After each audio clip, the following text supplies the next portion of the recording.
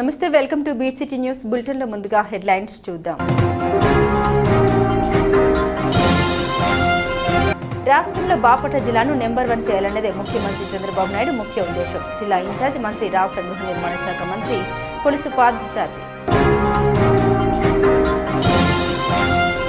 భారతదేశంలో సర్దార్ అనే బిరుదు కలిగిన ఏకైక వ్యక్తి గౌతు లచ్చన్న. టీడీపీ నాయకులు అంగుల కుదురు సత్యం.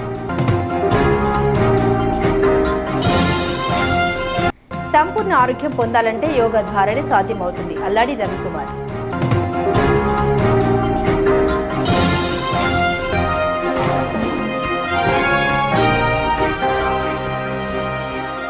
బాపట్ల జిల్లాను అభివృద్ధిలో రాష్ట్రంలో నెంబర్ 1 జిల్లా చేయాలన్నది రాష్ట్ర ముఖ్యమంత్రి నారా చంద్రబాబు నాయుడు ముఖ్య ఉద్దేశమని జిల్లా ఇన్ఛార్జ్ మంత్రి, రాష్ట్ర గృహ నిర్మాణ సంస్థ, సమాచార పౌర సంబంధాల శాఖ మంత్రి కొలుసు పార్థసారథి పేర్కొన్నారు. రాష్ట్ర రెవెన్యూ శాఖ మంత్రి అనగాని సత్యప్రసాద్ జిల్లా కలెక్టర్ డాక్టర్ వి వినోద్ కుమార్తో కలిసి రేపల్లె మండలంలో అభివృద్ధి పనులకు శంకుస్థాపన, ప్రారంభోత్సవ కార్యక్రమంలో ఇన్ఛార్జ్ మంత్రి పాల్గొన్నారు. ముందుగా అరవపల్లి గ్రామం నందు గల శ్రీ బాలకోటేశ్వర స్వామివారిని దర్శించుకున్నారు. అనంతరం అరవపల్లి గ్రామం నందు సిఆర్ఐఎఫ్ నిధులు 49 కోట్లతో రేపల్లె నుండి తుమ్మల గంగడిపాలెం రోడ్డు నిర్మాణ పనులకు శంకుస్థాపన చేయడం జరిగింది.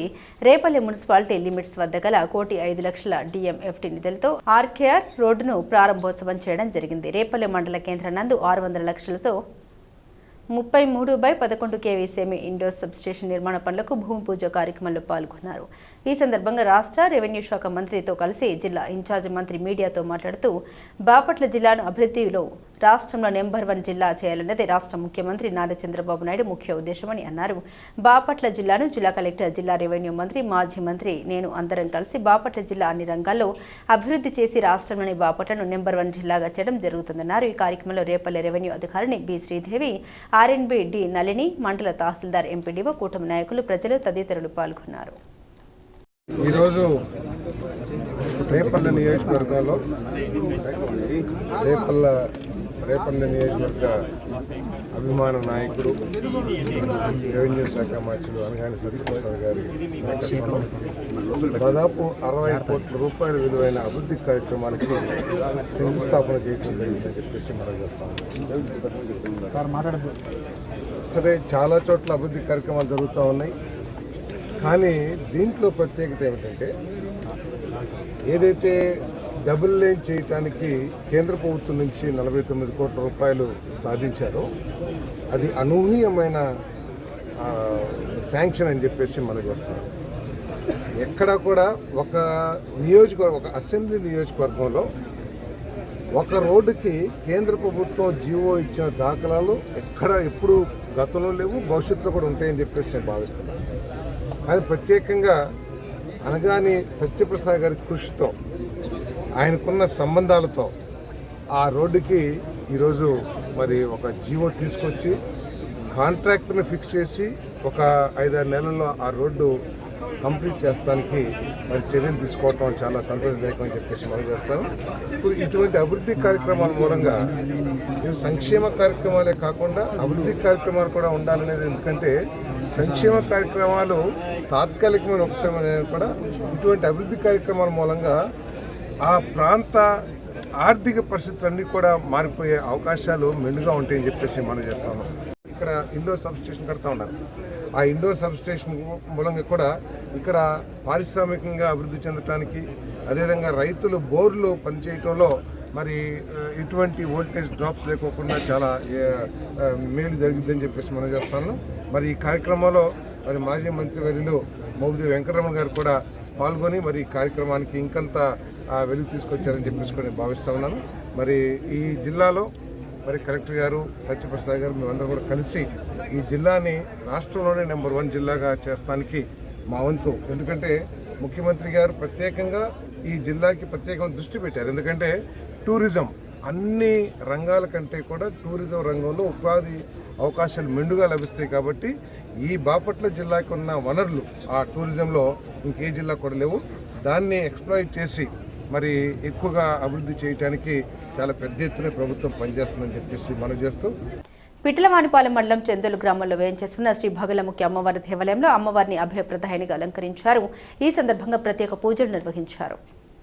పిట్టలవానిపాలెం మండలం చందోలు గ్రామంలో వేయించేస్తున్న శ్రీ భగలముఖి అమ్మవారి దేవాలయంలో శ్రీ బండ్లమ్మ వారికి ప్రత్యేక పూజలు నిర్వహించారు. ఈ సందర్భంగా అమ్మవారిని అభయప్రదాయినిగా అలంకరించారు. ఆలయ కార్యనిర్వహణాధికారి ఘంటసాల నరసింహమూర్తి మాట్లాడారు. ఆదివారం పురస్కరించుకుని అమ్మవారిని ప్రత్యేకంగా అలంకరించడం జరిగిందన్నారు. దీంతో పరిసర గ్రామాల నుండి భక్తులు అధిక సంఖ్యలో పాల్గొని అమ్మవారి దేవాలయ ప్రాంగణంలో పొంగళ్లు పొంగించి కొబ్బరికాయలు కొట్టి మొక్కుబడులు తీర్చుకున్నారు. ఓం శ్రీమాత్రే నమః. శ్రీ బగళాముఖి అమ్మవారి దేవస్థానంలో ప్రతి ఆదివారము, శుక్రవారము, గురువారము, మంగళవారం ఈ 3 వారాలలో భక్తులు విశేష సంఖ్యలో ఆలయానికి విచ్చేసి అమ్మవారికి పూజా కార్యక్రమాలు జరిపిస్తూ ఉంటారు. అలాగే వారు కోరుకున్నటువంటి ప్రసాదం కూడా దేవస్థానంలో చేయించమని వారు దానికి సంబంధించిన రుసుము కూడా చెల్లిస్తారు. అలాగా దాతలు కోరుకున్నటువంటి ప్రసాదములు ఏమైతే ఉంటాయో పులిహార కానీ, దద్దోజనం కానీ, చక్కెర పొంగల్ కానీ ఈ 3 వారు కోరుకున్న ప్రసాదాలు ఆలయంలో తయారు చేయించి వాటిని అమ్మవారి పూజా కార్యక్రమం జరిపించి అమ్మవారికి నివేదన జరిపిన తర్వాత ఆ ప్రసాదములు వచ్చిన భక్తులందరికీ కూడా దాతల పేరు మీద ఉచితముగా పంపిణీ చేయడం జరుగుతుంది. అయితే ఈ ప్రసాదముల తయారీకి అవసరమైనటువంటి వంట పాత్రలు అవసరమై మనం సంప్రదించక వెంటనే దేచిరాజు ప్రసాద్ గారు గుంటూరు వాస్తవ్యులు, అలాగే పెనుగొండ వెంకటరమణ గారు చందోల వాస్తవ్యులు, పెనుగొండ సురేష్ కుమారు వారు కూడా చందోల వాస్తవ్యులు, ముగ్గురు కూడా దాదాపుగా ₹1,00,000 విలువ కలిగినటువంటి ప్రసాదాలకి వినియోగం చేసేటువంటి వస్తువులు, వంట పాత్రలు ఇవన్నీ కూడా సమర్పణ చేశారు. వాటితో ఈరోజు అమ్మవారికి తొలి ప్రసాద వినియోగం చేయడం జరిగింది. కాబట్టి ఈ సందర్భంగా దాతలకి మనస్ఫూర్తిగా ధన్యవాదాలు తెలియపరుస్తున్నాం. ఈరోజు ఆదివారం సందర్భంగా అమ్మవారికి అనేక ప్రాంతాల నుండి విశేష సంఖ్యలో భక్తులు విచ్చేసి అమ్మవారికి పొంగళ్ళు, పూజా కార్యక్రమాలు, కుంకుమార్చన జరిపించుకున్నారు. అందరికీ కూడా దేవస్థానం తరఫున ఉచిత ప్రసాదముల పంపిణీ, అలాగే భక్తులు చక్కగా ప్రశాంతంగా క్యూ లైన్లలో దర్శనం చేసుకునే విధంగా క్యూ లైన్ ఏర్పాట్లు, అలాగే మంచినీటి సౌకర్యాలు, వేసంకాలం కాబట్టి చల్లటి మంచినీరు కూడా వారికి అందిస్తున్నాము. సమాజంలో యోగా ఆవశ్యకత ప్రధానంగా ప్రతి వ్యక్తి సంపూర్ణ ఆరోగ్యం పొందాలంటే యోగా ద్వారానే సాధ్యమని యోగా అధ్యాపకులు అల్లాడి రవికుమార్ అన్నారు. ఆంధ్రప్రదేశ్ స్టేట్ యోగా అసోసియేషన్ సర్వసభ్య సమావేశంను బాపట్ల ఈకో హౌస్ నందు నిర్వహించారు. ఆరోగ్యవంతమైన సమాజ స్థాపనకు యోగ సాధకులు ముందుకు వెళ్లాలని ఈ సందర్భంగా ఆయన పేర్కొన్నారు. అసోసియేషన్ చైర్మన్ కల్లం హరినాథ్ రెడ్డి మాట్లాడారు. ప్రతి వ్యక్తి యోగా ద్వారా శారీరక, మానసిక, ఆధ్యాత్మిక పరమైన అంశాలతో ఎదగాలని ప్రభుత్వంతో పాటు ఆంధ్రప్రదేశ్ స్టేట్ యోగా అసోసియేషన్ ద్వారా యోగా అభివృద్ధికి కృషి చేయాలని కోరారు. రాష్ట్ర అసోసియేషన్ అధ్యక్షులు కోన కృష్ణదేవరాయలు మాట్లాడారు. Yoga association facilitated by India yoga federation సహాయంతో యోగా కార్యక్రమాలు నిర్వహిస్తున్నామని తెలిపారు. ఈ కార్యక్రమంలో వివేక service society secretary Muralikrishna, Jana Vignana వేదిక, ఘంటసాల జాతీయ వేదిక నాయకులు కోట వెంకటేశ్వరరెడ్డి, కరాటే మాస్టర్ ఎర్ర నాగేశ్వరరావు, బ్రహ్మకుమారి ఆర్గనైజేషన్ ప్రతినిధి గీతా సిస్టర్, రాష్ట్ర నలుమూలల నుండి యోగా ప్రతినిధులు పాల్గొన్నారు. నూతన కార్యవర్గాన్ని సాల్వ పూలదండలతో ఘనంగా సన్మానించారు. ఆంధ్రప్రదేశ్ స్టేట్ యోగా ఛాంపియన్షిప్ 2026 నెల్లూరు జిల్లా కావిలిపట్టణం నందు డాక్టర్ కూరపాటి మాధవరెడ్డి గారు ఆధ్వర్యం నందు అక్టోబర్ 10, 11, 2026 తారీఖుల నందు శనివారం, ఆదివారాలు వస్తాయి. జరిపించుటకు ఆంధ్రప్రదేశ్ స్టేట్ యోగా అసోసియేషన్ అధ్యక్షుల వారిని, చైర్మన్, సెక్రటరీని కోరి ఉన్నాము. మాధవరెడ్డి గారికి ఏపీఎస్వై తరఫున ధన్యవాదాలు తెలియజేయడం.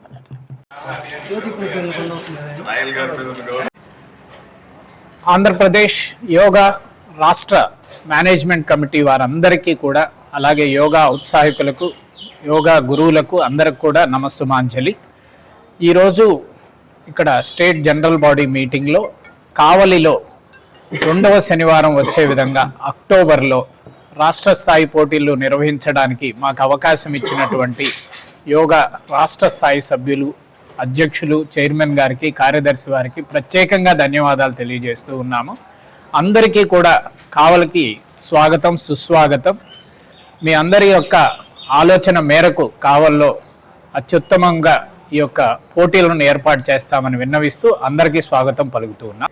స్వాతంత్ర సమరయోధుడు బడుగు బలహీన వర్గాల నాయకుడు సర్దార్ గౌతు లచ్చన్న దక్షిణ భారతదేశంలో సర్దార్ అనే బిరుదు కలిగిన ఏకైక వ్యక్తి అని తెలుగుదేశం పార్టీ నాయకులు అంగుల కుదురు సత్యం అన్నారు. సర్దార్ గౌతు లచ్చన్న 20వ వర్ధంతిని పురస్కరించుకుని బాపట్ల పట్టణంలోని చేలు రోడ్డు సెంటర్ వద్ద గల సర్దార్ గౌతు లచ్చన్న విగ్రహానికి పూలమాల వేసి నివాళులర్పించారు. ముఖ్యమంత్రి చంద్రబాబు నాయుడు గారికి బీసీల అందరి తరఫున గౌడ సంఘం తరఫున ఒక ముఖ్యమైన విజ్ఞప్తి చేయాలనుకుంటున్నాం.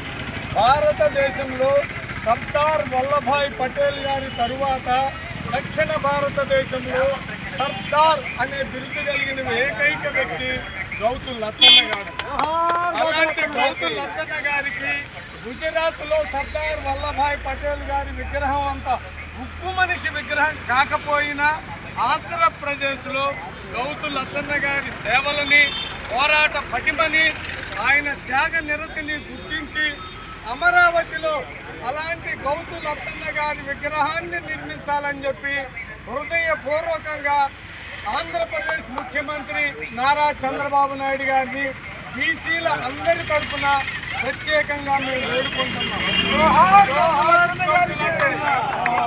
ఉపాధ్యాయులు వెంకట్రావు సేవలు అభినందనీయమని కర్లపాలెం మండల విద్యాశాఖ అధికారి టీయు మనోరంజని అన్నారు.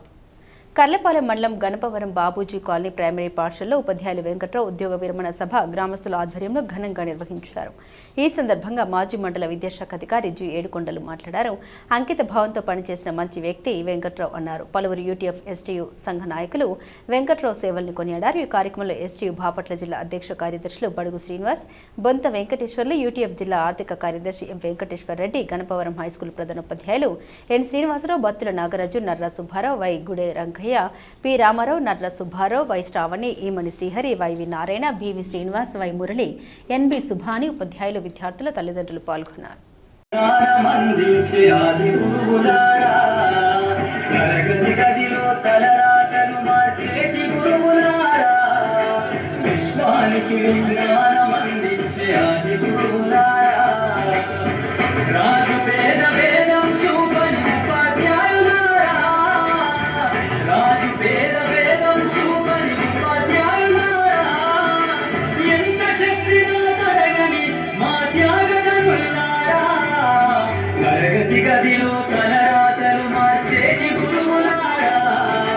బులెటిన్ ముగించే ముందు హెడ్లైన్స్ మరోసారి. రాష్ట్రంలో బాపట్ల జిల్లాను నెంబర్ 1 చేయాలన్నదే ముఖ్యమంత్రి చంద్రబాబు నాయుడు ముఖ్య ఉద్దేశం. జిల్లా ఇన్ఛార్జ్ మంత్రి, రాష్ట్ర గృహ నిర్మాణ శాఖ మంత్రి కొలుసు పార్థసారథి. భారతదేశంలో సర్దార్ అనే బిరుదు కలిగిన ఏకైక వ్యక్తి గౌతు లచ్చన్న. టీడీపీ నాయకులు అంగుల కుదురు సత్యం. సంపూర్ణ ఆరోగ్యం పొందాలంటే యోగా ద్వారానే సాధ్యమవుతుంది. అల్లాడి రవికుమార్. ఇవి బులెటిన్ అప్డేట్స్. మరిన్ని అప్డేట్స్ కోసం చూస్తూనే ఉండండి BCT న్యూస్.